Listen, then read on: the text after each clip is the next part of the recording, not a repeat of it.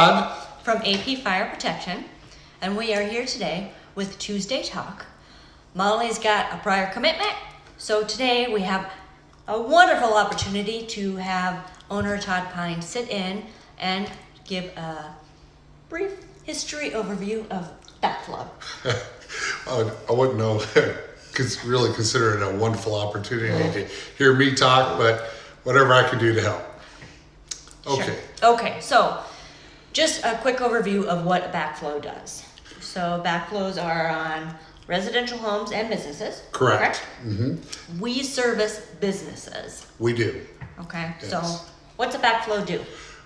Basi- High overview. High overview is when the city supplies water to your facility, they don't want it back. So basically a backflow is a series of check valves, basically, that will, once the water goes onto your property, it doesn't come back.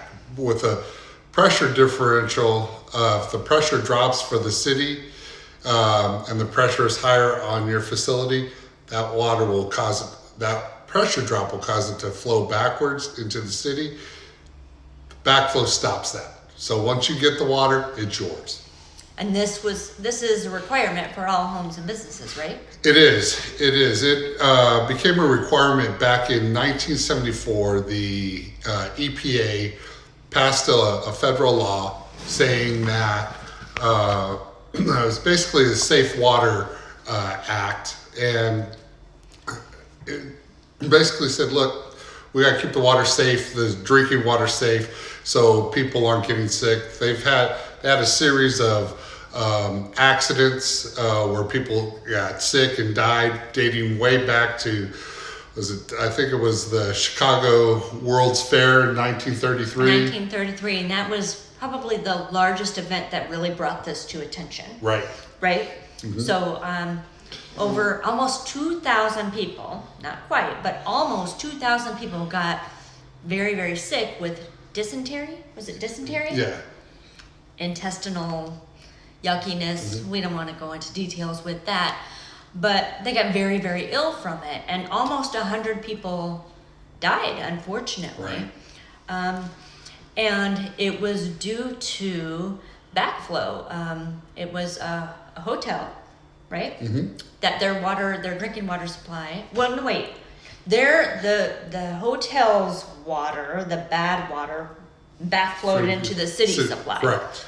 Okay. Right. It's basically the same thing happened during, it was a convention for the Legionnaires, and I think it was in the late 70s, early 80s, where the same thing happened, and that really was like the final impetus to say, hey, look, we've got these laws in place. We've got to make sure that we are following them and that people aren't getting sick and dying. That's right. Oh, and it looks like there's a question. Oh, I see, Claude. Yes, we're talking about backflow. Just the history of it, how it came about.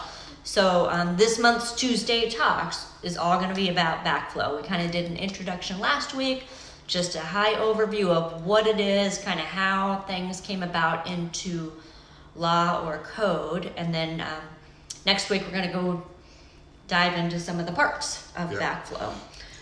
So, yeah, is there any other questions on anybody? I see we got that thumbs up from Claude. Thank you, Claude. Thumbs back up to you, buddy.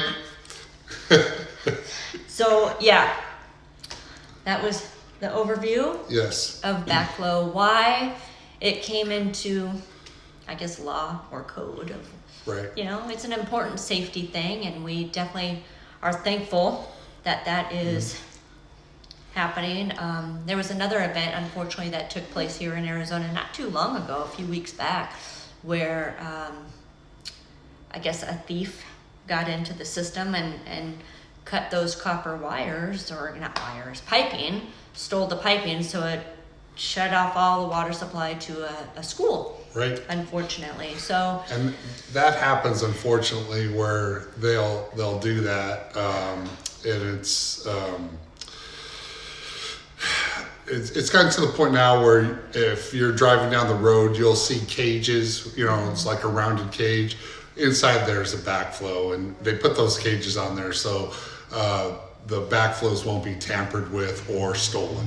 And it was really a problem, and it's an expensive problem because when the thieves will steal those devices, well, the water's shut off to that property, and people have to get it taken care of. So it becomes an emergency situation where you have to have that backflow replaced and that sort of thing. So it's unfortunately there's people out there that do that kind of thing.